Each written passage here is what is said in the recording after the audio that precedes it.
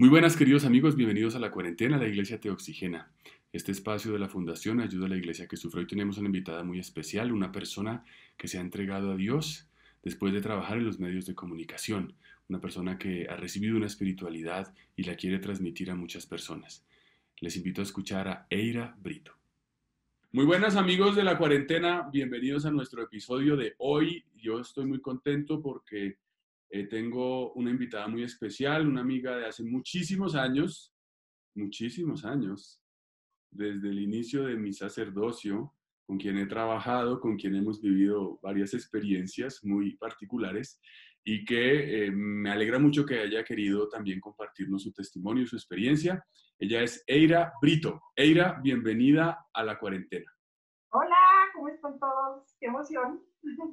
Bueno, Eira, cuando preparaba este mismo momento, pensaba, bueno, esto es como venderle miel al colmenero o como ofrecerle pan al panadero, porque si alguien sabe de todas estas cosas, de medios de comunicación eres tú, y yo aquí estoy lanzándome a cosas, digamos, bueno, en el nombre del Señor, pero en medio de una gran ignorancia, pero me acuerdo mucho de muchas cosas tuyas. Yo quiero que empecemos por ahí, Eira. Tú eres una persona que hoy día está al servicio del Señor, pero trabajaste mucho tiempo en los medios, en el periodismo, investigando, como muy a fondo con esto.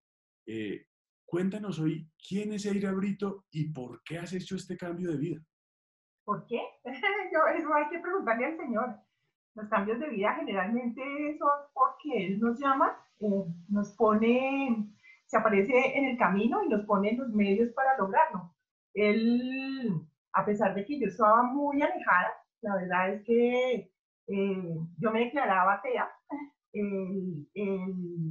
más o menos hacia 1995, como recibí varias llamadas de parte de él, tres exactamente, y pues en las dos primeras yo no entendía que era él, que me quería a su lado, pero ya en la tercera como que caí en cuenta que era Dios que quería que estuviera con él, y, y pues le pregunté cómo era, cómo sería la relación. O sea, en ese momento pues yo era muy inocente y entonces yo le decía, pero si tú eres invisible y yo pues estoy aquí en el mundo, o sea, ¿cómo es que me voy a relacionar contigo? Entonces, y él me contestó y entonces yo, oh, ok, bueno, eh, bueno, intentémoslo a ver qué pasa. Y pues ya han pasado, ¿qué? 30 años, más o menos. Bueno, ¿y cuáles fueron esas tres experiencias que te hicieron este cambio? La primera, yo iba a morir en el vuelo de Avianca que estalló por allá por Soacha. Eh, yo tenía el pasaje, yo tenía todo, me levanté más o menos como a las 3 de la mañana, 4 de la mañana para irme, pero resulta que me dio un dolor en la cadera y quedé imposibilitada. Yo quedé inválida casi como por 4 horas. Entonces yo intentaba pararme y yo no podía, o sea, las piernas no me respondían. Y yo decía, pero esto tan raro. Y ya casi a las 5 de la mañana, pues yo, no, yo me puse a llorar y yo decía, qué inválida, ¿qué es esto? ¿Cómo así? Y entonces mi mamá me dijo, no, tiene que recostarse, tómese esta pastilla y ya pues usted no puede ir, no puede salir de la cama porque como que, o sea, perdió el vuelo. Entonces yo dije, bueno, entonces como que me relajé, me metí en la cama y a las 9 de la mañana me desperté y yo podía caminar perfectamente bien, pero yo no sabía qué había pasado. Y aquí en la casa pues tampoco porque no, pues, no veían televisión a esa hora. Yo me fui al trabajo y yo tenía la costumbre de abrir la puerta pues, del sitio donde yo trabajaba y decía, buenos días, ¿cómo están todos? Y así lo hice y todo el mundo se me abalanzó llorando y yo dije, pero ¿qué pasó? O sea, hola, ¿qué pasa con todo el mundo? Y entonces me decía, pero es que tú no sabes. Y yo, no, ¿qué pasó? El vuelo en el que tú ibas estalló y se murieron todos. Y yo, ¿cómo? A la semana siguiente yo viajé porque tenía que hacer un programa de televisión precisamente en Cali, otra vez. Y me acuerdo mucho que iba al lado del gobernador de entonces. Y entonces si yo le cogí la mano en un vacío que hizo, yo dije, ¿será que nos vamos a matar en este? Porque era el mismo vuelo a la misma hora. Y entonces, si el señor era, Dios mío, sálvanos. Y entonces, y yo, ¿cómo así? Y yo dije, no, si no me morí en el primero, en este tampoco. Pero entonces, a pesar de que él llamaba al Señor, o sea, yo no escuchaba. Esa fue la primera.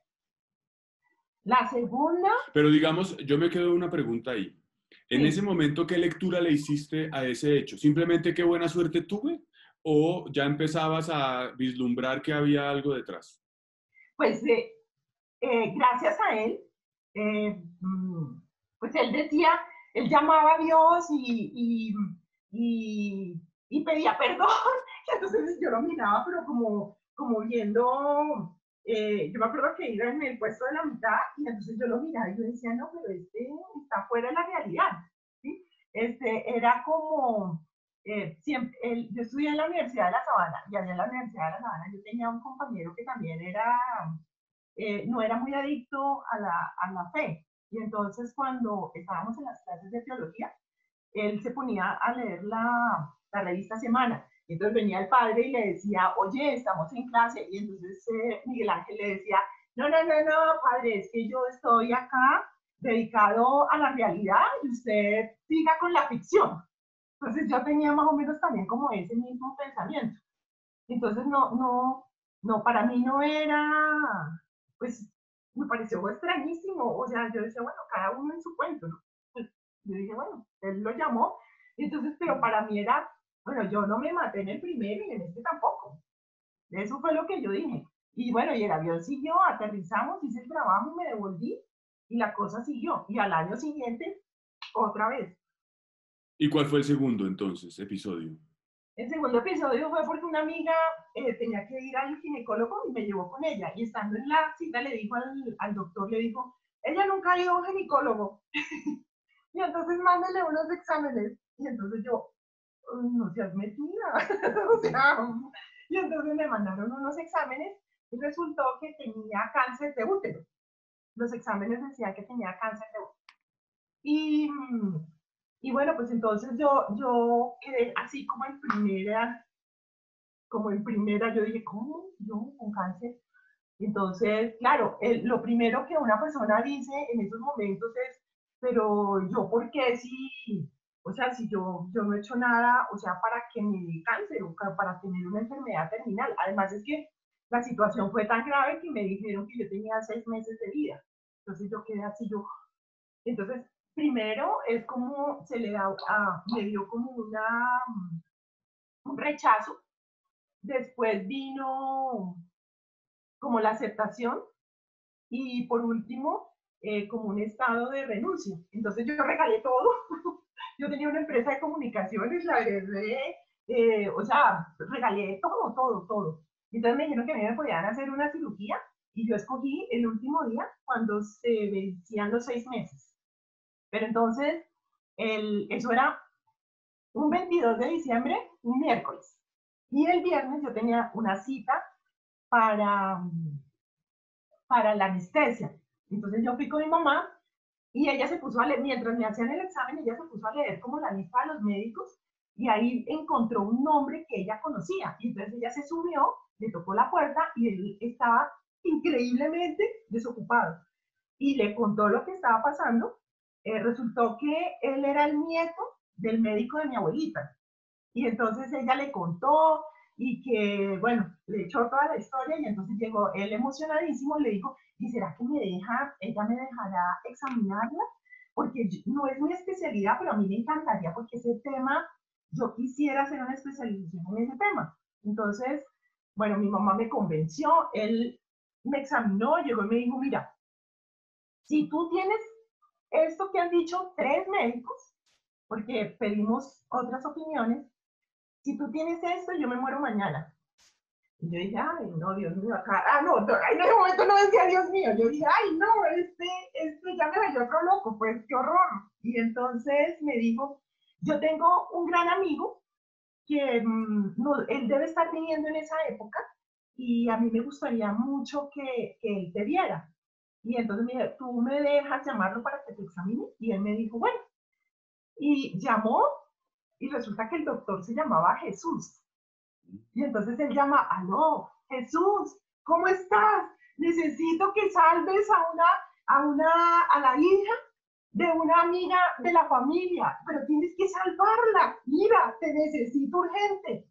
Por favor, ayúdame. Y entonces yo lo miraba y yo decía, pero ya este hombre, ¿qué le pasó? Y es que sálvala. Jesús, mira, y repetía varias veces, Jesús, Jesús, sálvala.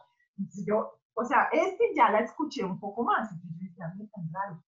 Entonces yo le decía, pero si yo me voy a morir, o sea, no tiene razón de ser. Y bueno, entonces resultó que Jesús venía al día siguiente, el sábado, entonces me dijo, te espero el sábado a las 11 de la mañana.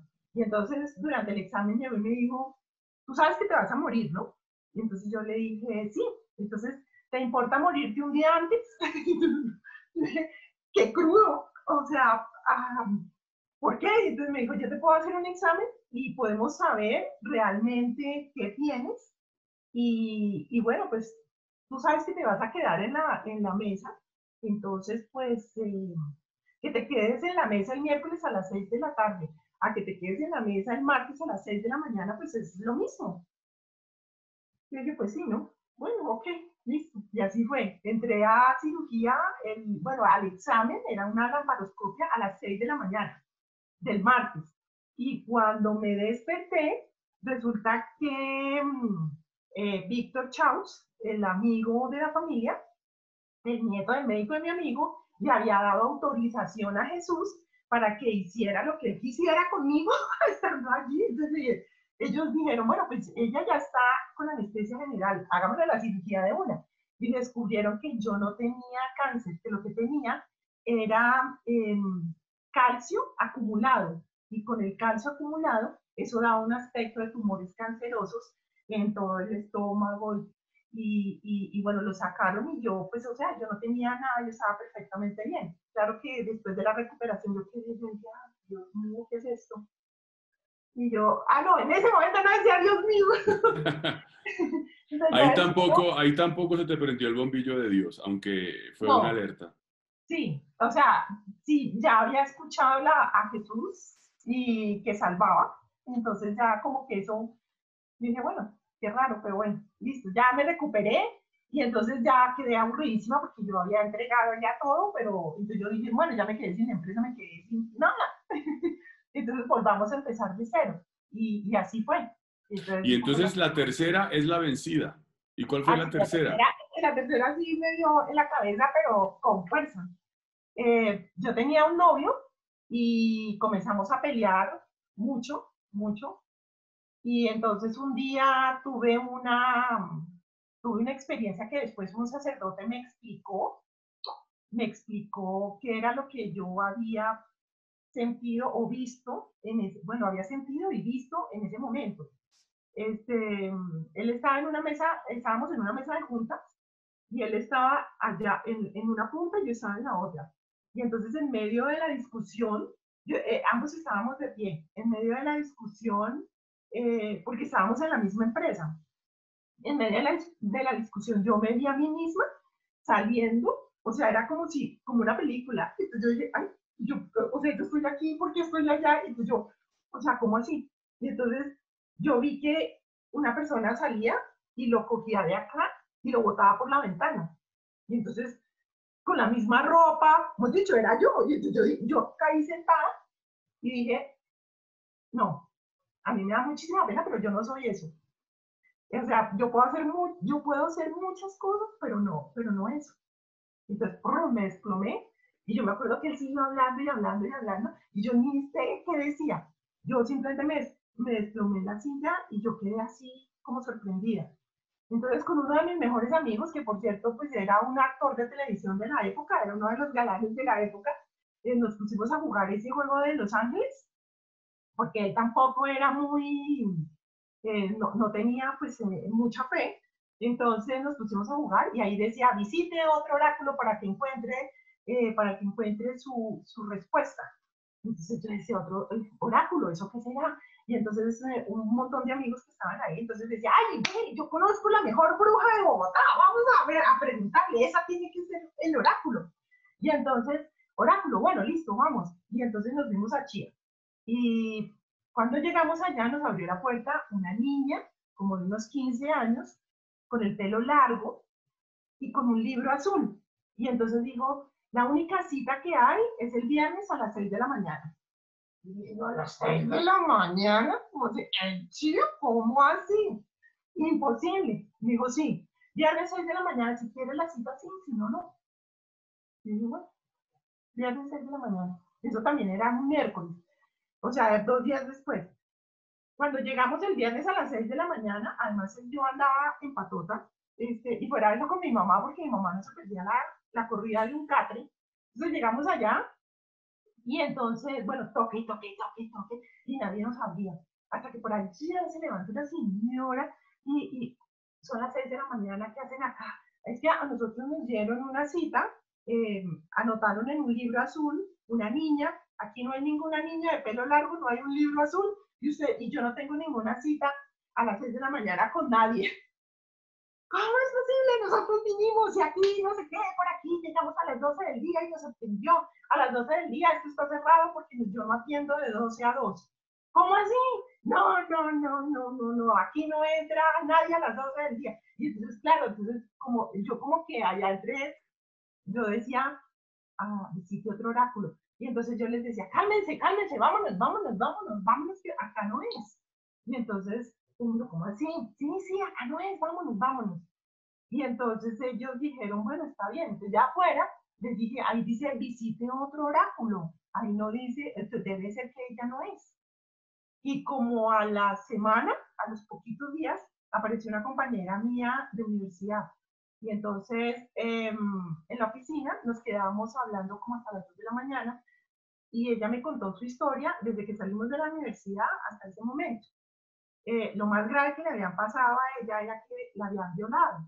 Y entonces, pero ella estaba perfectamente bien. O sea, ella había asumido lo que le había sucedido de una manera que yo quedé sorprendida. Yo la miraba y yo decía, esto es increíble, esto es increíble. O sea, la forma en que ella, la paz que tiene, la capacidad de perdonar que desarrolló. Y entonces yo quiero eso para mí. Entonces yo le dije, oye, este, ¿cómo lograste esto? Y me dijo, no, es que yo hablé con unas personas que tienen el don de discernimiento de espíritu. Entonces yo decía, don, capacidad de espíritu, discernimiento, pensar, o sea, que tiene don de pensar en los espíritus. ¡Ah! Yo quiero que piense en mi espíritu, por favor, dile que piense en mi espíritu. Y entonces, bueno, fuimos después de muchos obstáculos que logramos salvar. Yo fui a hablar con ella, por cierto, ellas pues ya están con el Señor, y, y ellas, cuando yo llegué allá, oraron por mí. Y entonces a mí yo recuerdo que lo primero que me dijeron, bueno, vamos a pedirle a Dios que te ilumine. Y yo volteé a mirar a mi amiga, yo, ¿adiós? Yo, ¿adiós? ¿Cómo que adiós? Y entonces ella me miraba y mi amiga me miraba y era, ella nunca me dijo que lo que esas señoras hacían era rezar, jamás me nombró a Dios, sino yo vine a saber allá, y entonces yo me parece el colmo, me parece el colmo que me haga esto, y entonces yo, bueno, pues ya sentada ahí, pues ya ni modo. Entonces yo Pero les dije, entonces, perdona un paréntesis, eras una atea pero que creía en todo tipo de fuerzas esotéricas o oráculos o cosas por ahí. no, Pero yo si creo te que, mencionaban la palabra Dios, esa ya generaba prevención. no, no, yo creo que sí, sí, pero, o sea, la verdad, yo no creía mucho en nada y nunca me había preocupado por creer en algo. Entonces, como que a pesar de que en mi familia, mi abuelita mezclaba, por ejemplo, los cuentos del Rey Arturo con el cuento de Ruth. Ella mezclaba Caperucita Roja y después no, me leía Job. Ella, pero como en un tono infantil, ¿sí? O sea, durante toda mi infancia yo pasé muy cercana a Dios. Y cuando tuve 16 años, yo tuve una experiencia con el Señor muy fuerte. Y yo lo negué. Yo en vez de aceptarlo, lo negué. O sea, me fui por el otro camino también.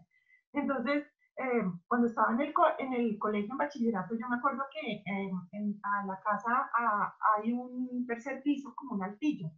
Y yo estudiaba ahí, era el estudio. Y entonces un día yo estaba furiosa, furiosa, furiosa. Y entonces le decía, es que tú no existes porque tú no me ayudas, tú no me ayudas, entonces tú no existes. Y entonces yo estaba mirando por la ventana y cuando de pronto surgió un trueno y en medio del trueno una voz de hombre que me dijo, yo soy el Señor tu Dios. ¡Ja! Cuando yo vi eso, yo, o sea, de dos pasos bajé al segundo y de otros dos bajé al primero. Y yo me acuerdo que yo iba corriendo y cuando de pronto, que pum, me estrellé con la puerta de la cocina y reboté. Y mi abuela dijo, pero ¿qué me pasa? Viene pálida, había un fantasma. Y yo, creo que sí. Pero jamás en la vida hablé de eso, sino como 15 años después. Nunca, porque nunca fui capaz de aceptar que a mí me había sucedido eso en ese momento. Entonces, yo decía, no, no, es que si él no ayuda, él no existe. Entonces yo me fui, fue por el otro lado, ¿sí? Por la negación en vez de la aceptación. Y bueno, entonces, pues no, Entonces fuiste al discernimiento de espíritus y cuando te dicen Dios, ¿ahí qué sucedió? no, pues ya entrada en casa, pues yo dije, bueno, pues aquí me tocó quedarme, a ver qué es lo que va a hacer la señora. Y entonces me dice, bueno, para empezar, recemos un Padre Nuestro. Empieza. Y yo, Padre Nuestro, Padre Nuestro, ¿no te sabes el Padre Nuestro? Y yo, no, no. Dios te salve María. Dios te salve María. Dios te salve María. Dios te salve María. ¿Tampoco? ¿No? Entonces, el credo, credo, credo, credo. Creo que tampoco. No, esas señoras eran. Entonces, ¿sabes qué? Mira, repite conmigo. Y entonces, hoy en día yo no puedo repetir lo que ellas me hicieron decir, pero para mí fue como si se hubiera abierto una puerta. Fueron unas palabras, pero tan lindas, tan lindas, que yo quedé completamente maravillada. Era como si yo hubiera entrado como como a otra actitud, como si mi corazón se hubiera abierto, se hubiera despejado, como si la nube que me cubría, como si, como si todo lo que me impedía sentir se hubiera disuelto en ese momento. Y yo quedé así, yo quedé maravillada, completamente maravillada. Y entonces yo dije, hermoso, hermoso. Y entonces ellas empezaron a rezar por mí. Yo tuve también allí otra experiencia muy fuerte que después otro día les cuento, porque si no el cuento se hace muy largo. Y, y bueno, en ese momento pues yo quedé sorprendida. Yo dije, wow, yo decía, Señor, ¿tú existes? ¿Cómo, o sea, existe el cielo? ¿Cómo es esto? ¿Cómo es esto? Y bueno, entonces ya me fui, ellas me regalaron un libro, porque yo le dije, yo les pregunté a ellas, oye, ¿y eso que ustedes hacen qué es? Y entonces ellos me dijeron, eso se llama orar. Y yo, ah, ustedes rezan. Entonces me dijeron, sí, nosotros rezamos por los demás. Y yo, ok. Bueno, entonces te vamos a regalar este libro para que tú comiences a crecer en la fe. Y me regalaron un libro sobre cómo se rezaba. Y bueno, entonces yo me fui, pero yo seguí con mis dudas, ¿no? Entonces en ese momento fue cuando yo me pregunté, bueno, y si yo me meto contigo, ¿cómo es la cosa? Porque tú invisible y yo pues acá en la tierra, o sea, como que, ajá, y yo como que, ¿cómo te agarro? ¿Qué? ¿O cómo hablo? ¿Cómo es la cosa? Y ya después fue, él me contestó, me explicó cómo era que se iba a relacionar conmigo. Por eso yo pienso que una de las preguntas fundamentales que una persona le puede hacer al Señor es el cómo, que es la misma pregunta que le hizo la Virgen, ¿no? ¿Y cómo Ujú. será esto? Porque no conozco varón. ¿Sí? Entonces nosotros también deberíamos coger como ese ejemplo de la Virgen y también preguntar cómo. Eh, Tengo este problema, ¿cómo me puedes ayudar? Yo he pensado que puede ser así o puede ser así, y ¿por qué no me iluminas con tu Santo Espíritu para que yo pueda encontrar la solución a esto? Y entonces él lo hace. Bien, Eira, entonces ahí hay un punto de inflexión radical en tu vida. Yo recuerdo haberte conocido y, digamos, ya para ese momento el Señor te llamaba a un servicio con los más pobres. Hoy día tienes tu vida entregada a Él, consagrada a Él, pero surge toda esta experiencia. Recuerdo mucho allí en Ciudad Bolívar, en diversos lugares también, y ahora sé que tienes también este apostolado en Santa Marta, en barrios muy difíciles. ¿Qué viene después? Porque, bueno, tú, después de ese cambio, estás llamada a un grupo de oración, la Asociación Pueblo Santo, una espiritualidad muy concreta, el grupo Hostias Vivas, y recuerdo mucho ese trabajo tan hermoso con los niños más olvidados, los niños más necesitados del corazón de María. ¿Cómo surge esta realidad que hoy día también continúas, digamos, viviendo justamente con los más vulnerables?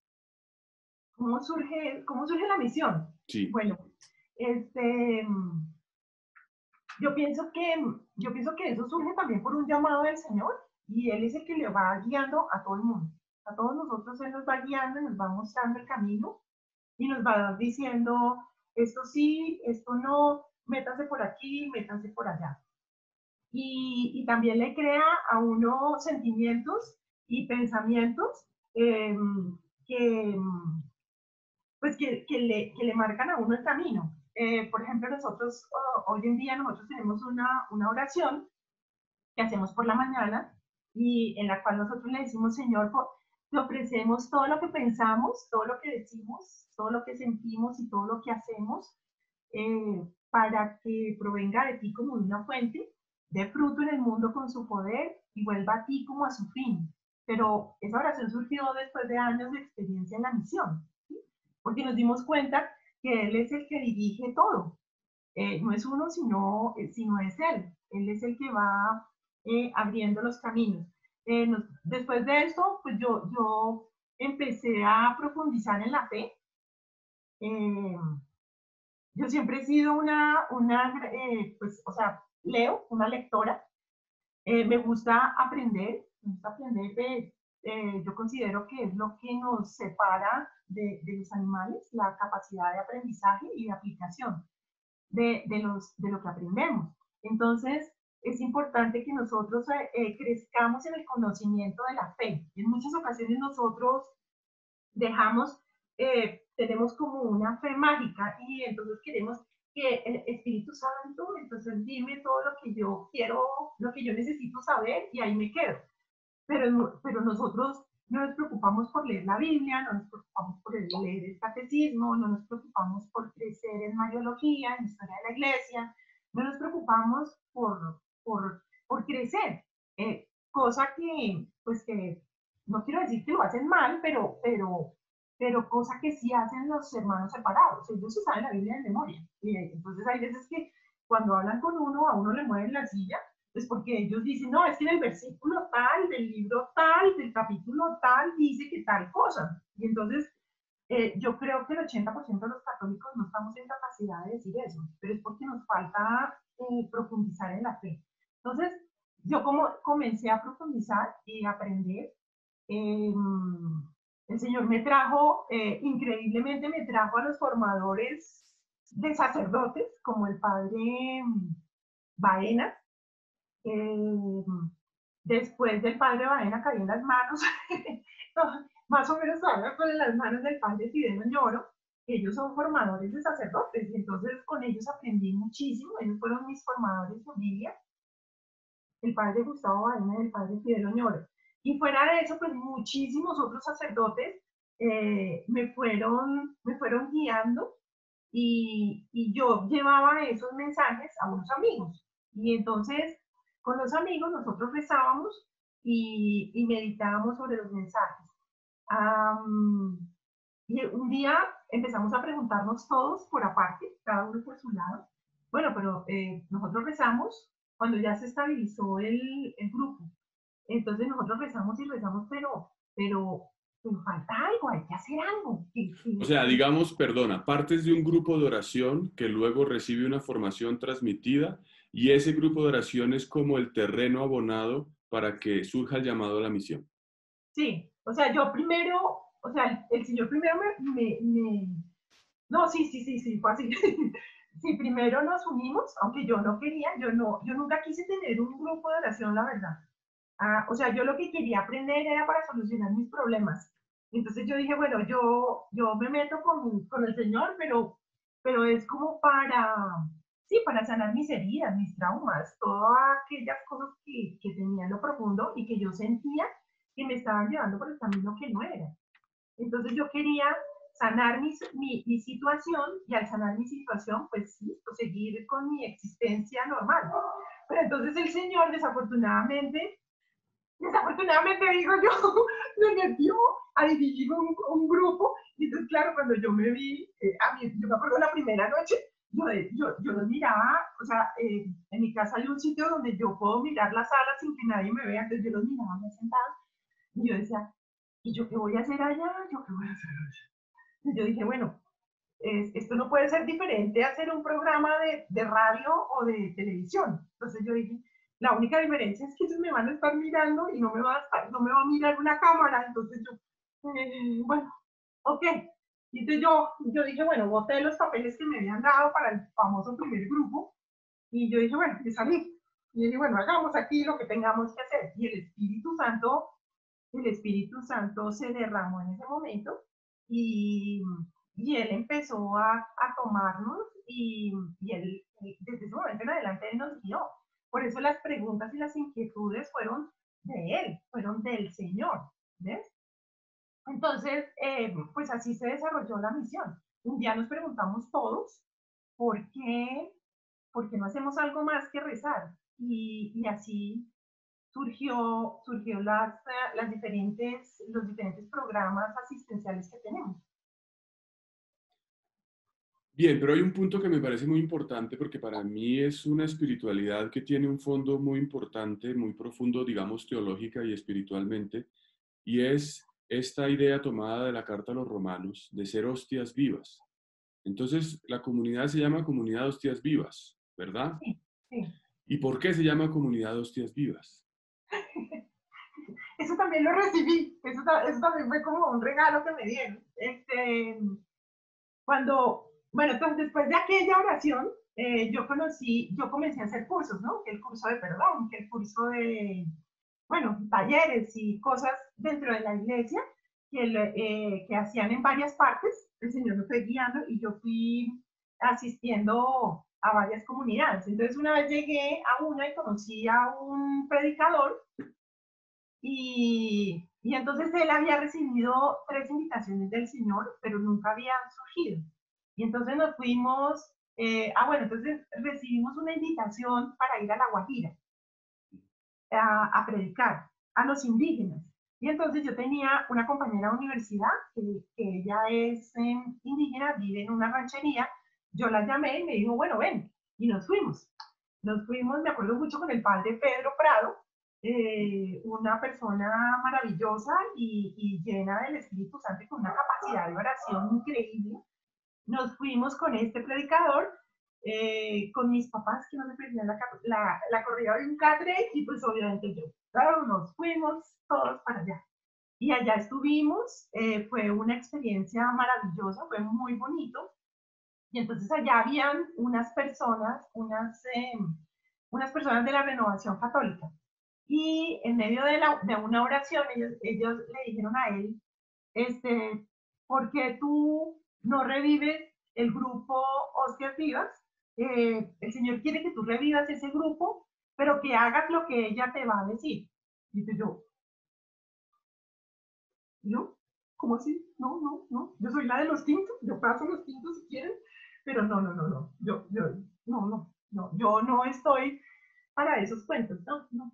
Entonces regresamos y empezamos a invitar gente y un mes antes, exacto, el 9 de febrero, un mes antes, él se cae, él estaba patinando en la ciclovía y se cayó y tuvo una fisura en la columna que requirió cirugía. Entonces, él me dijo, yo no me puedo hacer cargo de eso. Entonces yo vine y llamó a todo el mundo y le dijo, mira, qué pena contigo, pero él no se puede hacer cargo de eso, entonces, chao. Y una señora que habíamos invitado me llamó, Anita de Solórzano me llama y me dice, oye, pero ¿cuál es el problema tuyo?